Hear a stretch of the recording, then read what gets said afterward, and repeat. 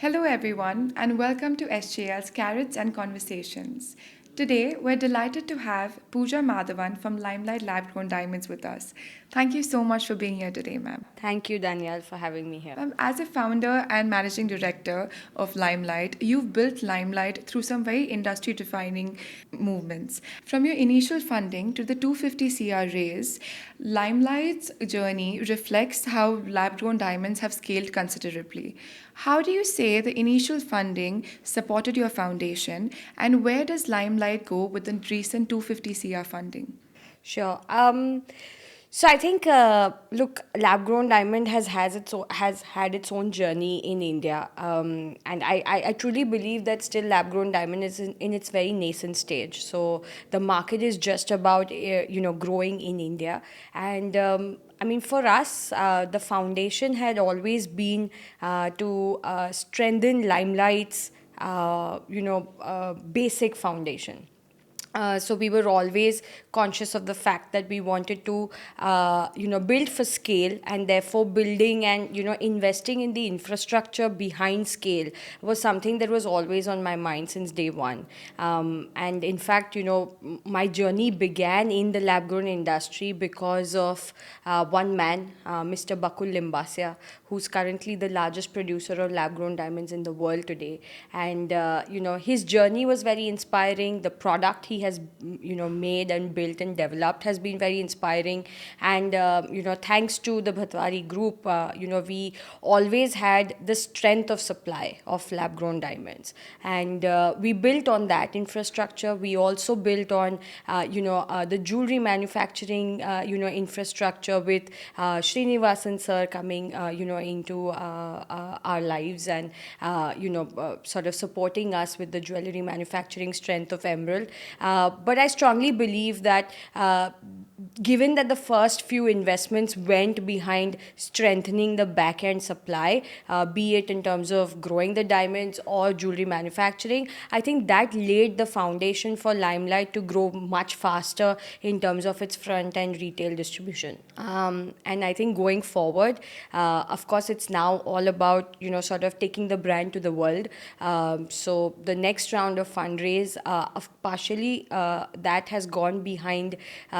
Again, we have now sort of vertically integrated our setup. So we now are a rocks to retail story. We are growing our own diamonds. So yeah, and I think even the current fundraise of about 250 crores, we have partially invested the 250 crores into a vertical integration into our growing setup. We are now going to be growing our own diamonds. We are going to be a rocks to retail story.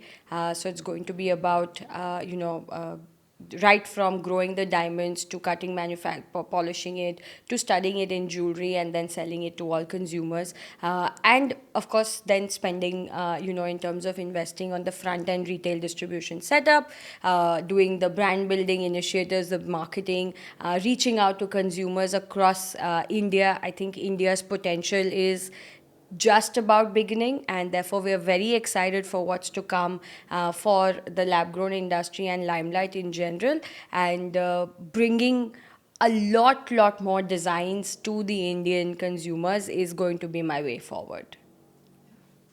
So, when people look at a jewelry brand from the outside, there's a lot of complexity that is invisible. What is one thing you think that a lot of people misunderstand or underestimate as for you to run the jewelry business?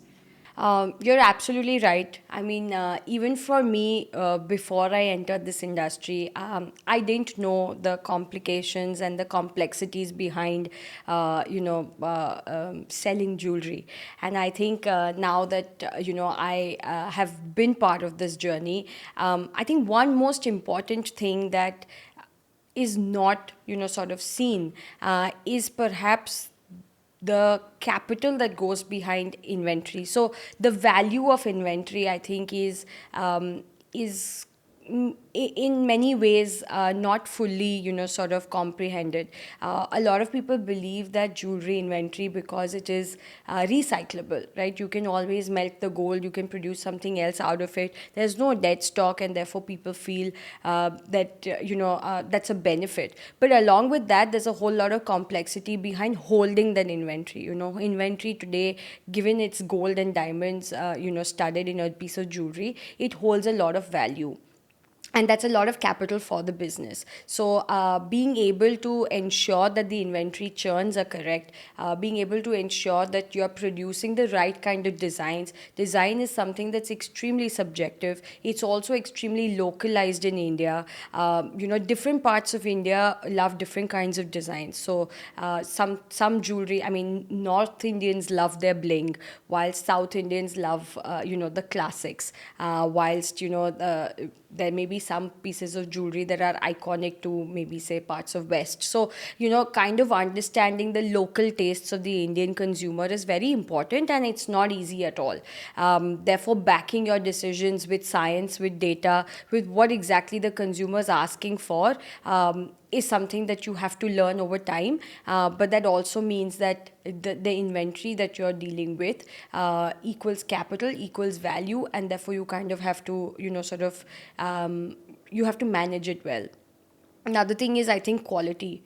People don't understand quality as much. And I think the quality of jewelry is what defines you as a long term brand in the country. And consumers can feel quality, across different industries. We've seen it, and even in the jewelry segment. As a young millennial and as a consumer of jewelry, I am very confident of the fact that every girl knows what premium finish is, right? And having a focus on that is something, again, it's a very intangible thing. It's sometimes costs precede, so some lower quality may equal lower costs, and therefore brands may want to go for that. But I think that's something that you should never compromise on. So yeah, I think these are some of the aspects that sometimes are they're more intangible, where people may not sort of focus on, but we at Limelight most certainly feel that we have to be very conscious of these things. The quality, I agree with you on that.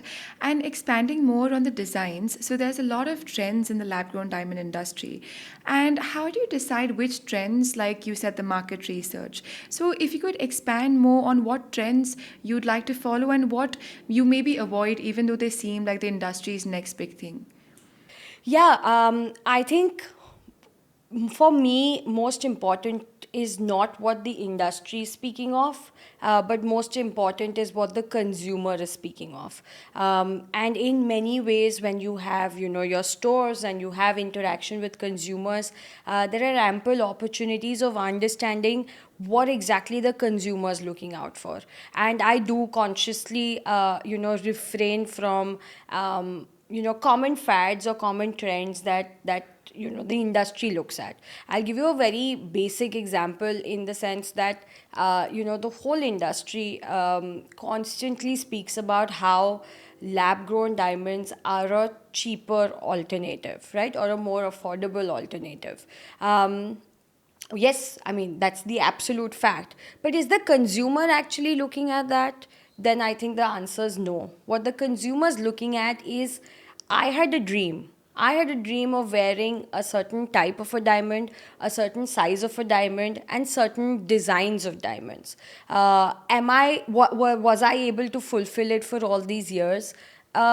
No, maybe to an extent, or perhaps not, right? Now technology is enabling the fulfillment of that dream, and the consumer is looking for exactly that. So I think fulfilling the consumer's dreams would be a far interesting approach, in my opinion, and following trends that they are looking out for. I think that's the path that I would want to go on.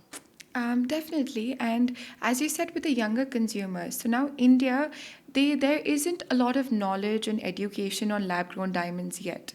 Brands with natural diamonds have been around for ages now, and they've built that reputation with the entire industry.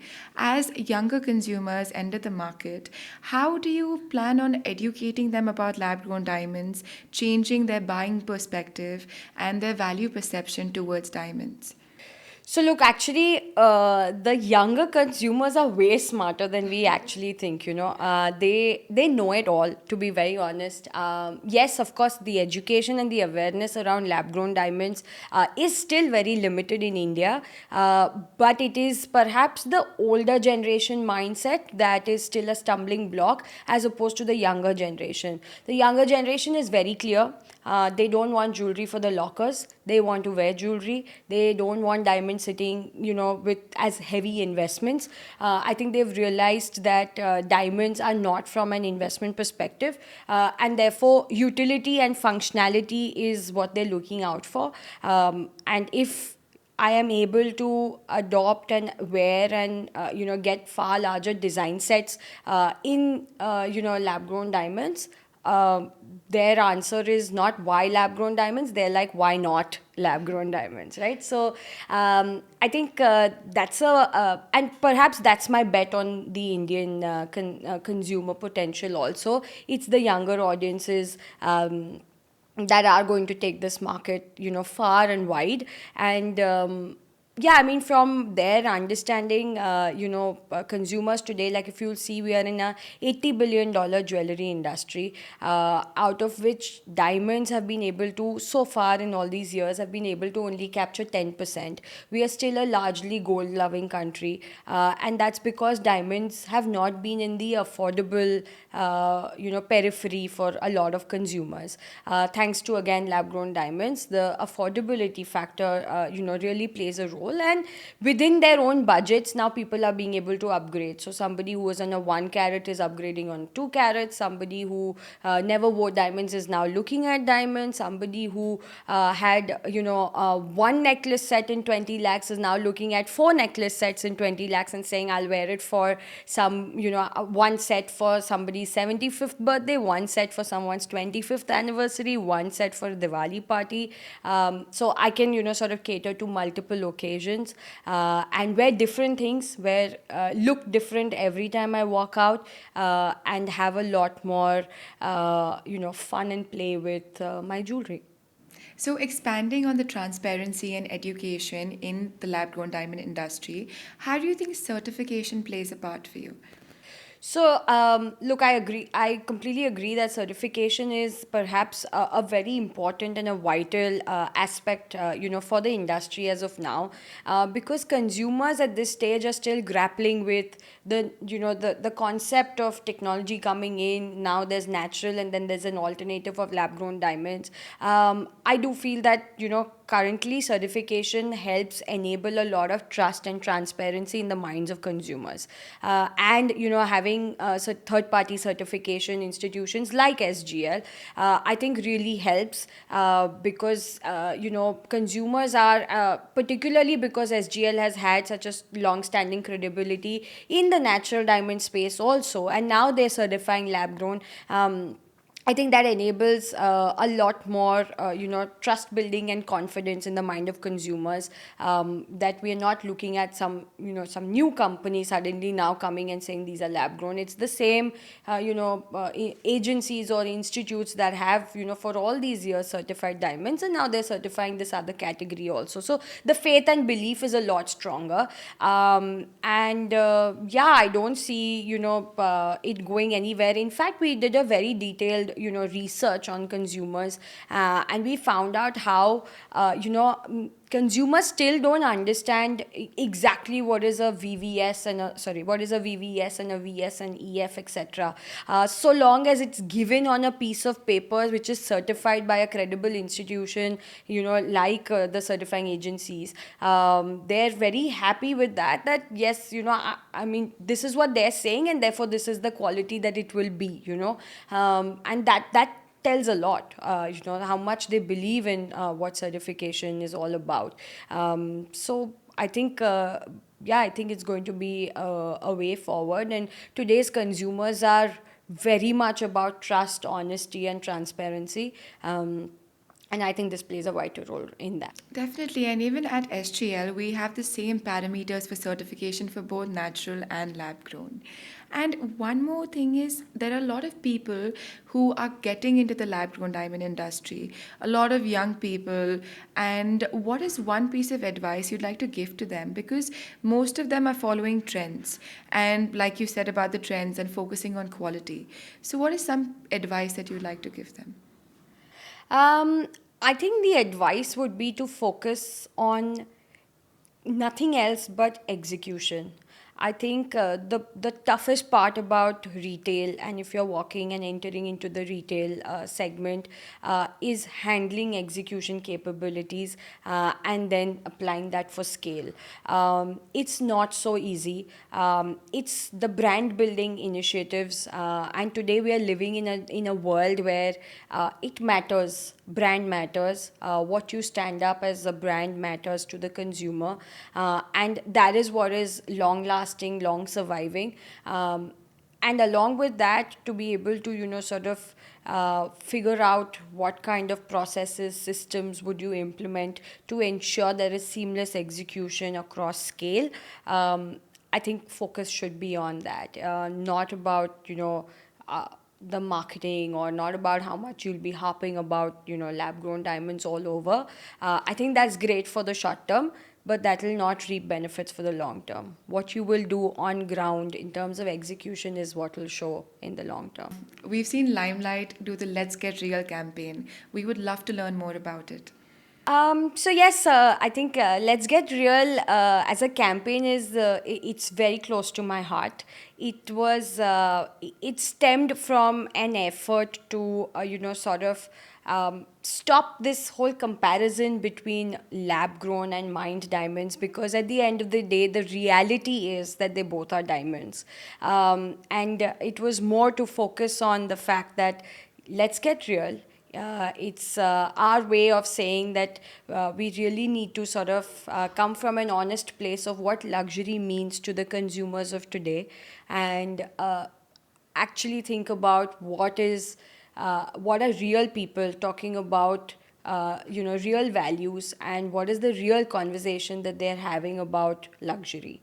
So that was our take, and I think with having Shilpa Shetty come in as a brand ambassador, the face of Limelight as well as an investor, and endorsing the whole Let's Get Real campaign, I think that added a lot of credibility to the campaign itself. Having a strong voice like hers, it was great to have someone, believe in lab grown diamonds, and, come out so strongly with such a campaign with Limelight. So I think she and, she being part of this campaign was just sone pe suhaga for us. No, 100%. As millennials who look up to her, we really loved the entire Let's Get Real campaign. Thank you. And thank you so much for being part of our conversation here today, Pooja ma'am. And we are so grateful to have you here. Thank you.